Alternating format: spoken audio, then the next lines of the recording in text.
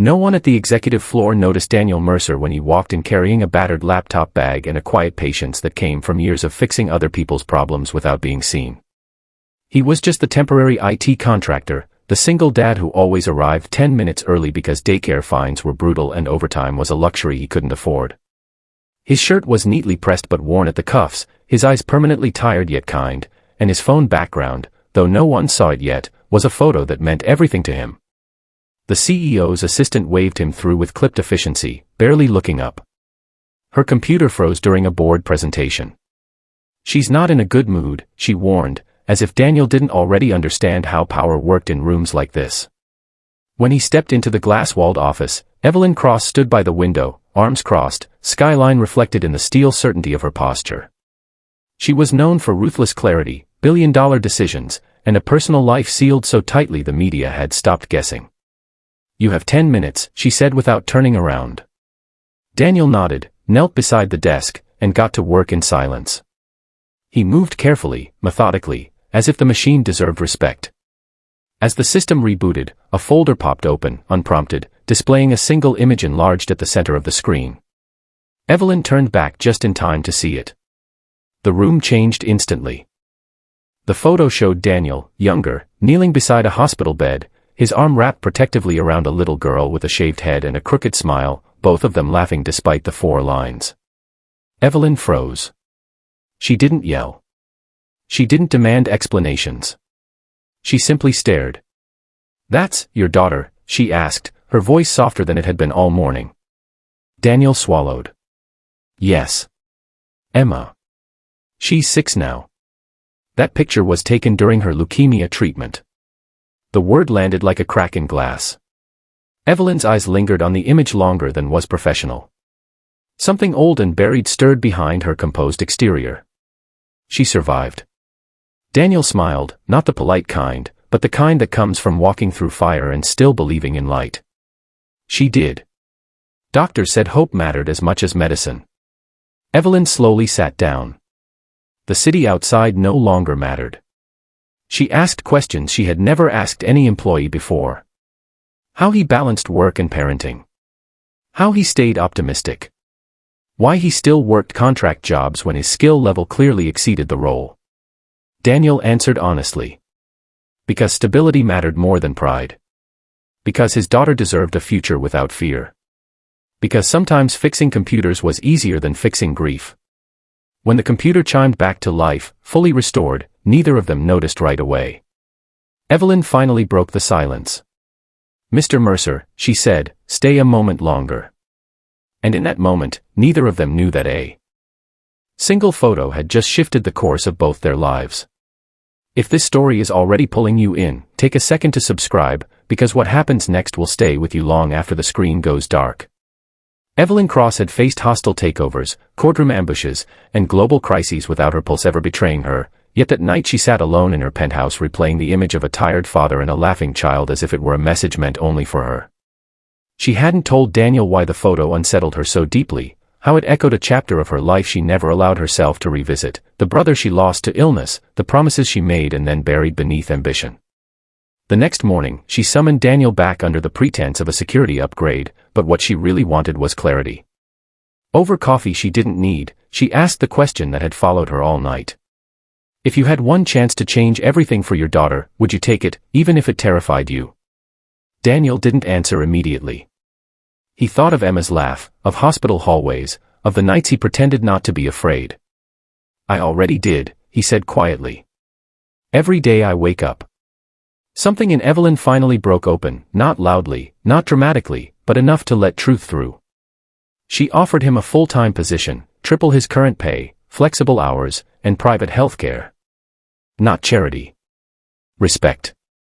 When Daniel hesitated, she added, "I don't invest in numbers anymore. I invest in people." Weeks passed.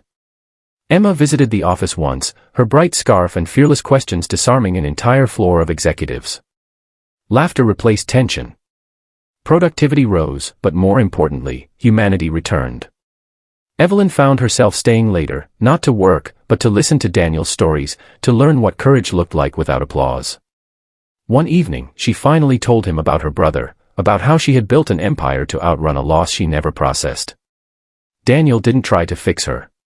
He simply listened. That was enough. The tabloids would later speculate about the CEO and the single dad, but the truth was quieter and stronger than gossip. Two broken pasts recognizing each other. Two futures rewritten by empathy. And it all began because one photo refused to stay hidden.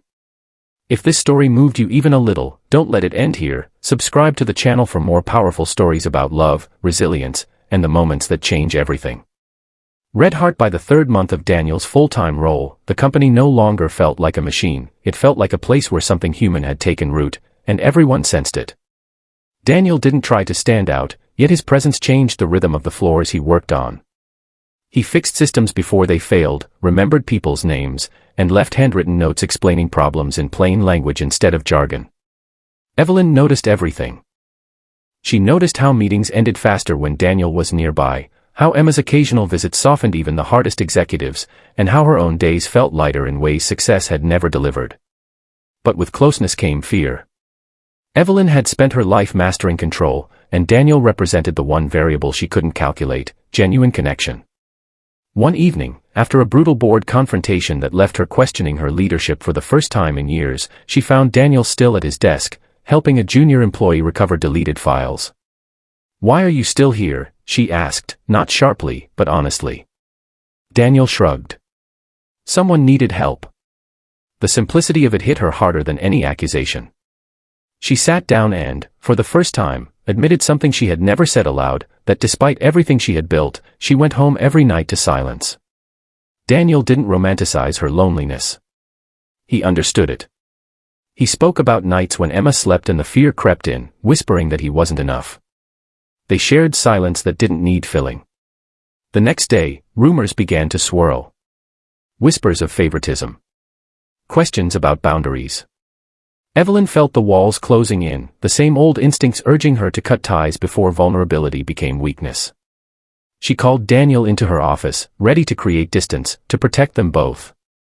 But before she could speak, Daniel said, "If this is about perception, I'll step back. I won't let my presence cost you what you've built." That was the moment she realized what scared her most wasn't scandal, it was losing someone who chose integrity even when it hurt. She looked at him and asked the question that had been haunting her: "Do you think people like us get a second chance at happiness?" Daniel smiled softly.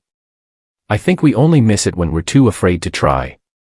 If this chapter made your heart pause for a second, subscribe now, because the next turn changes everything.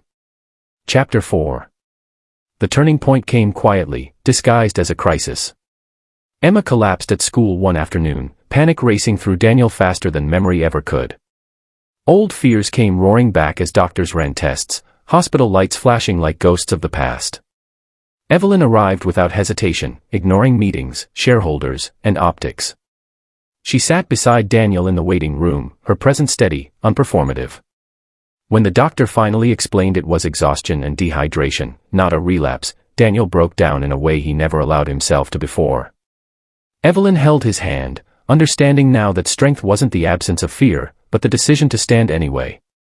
That night, as Emma slept safely, Evelyn admitted something life-changing. She had been offered a global expansion role that would move her overseas permanently.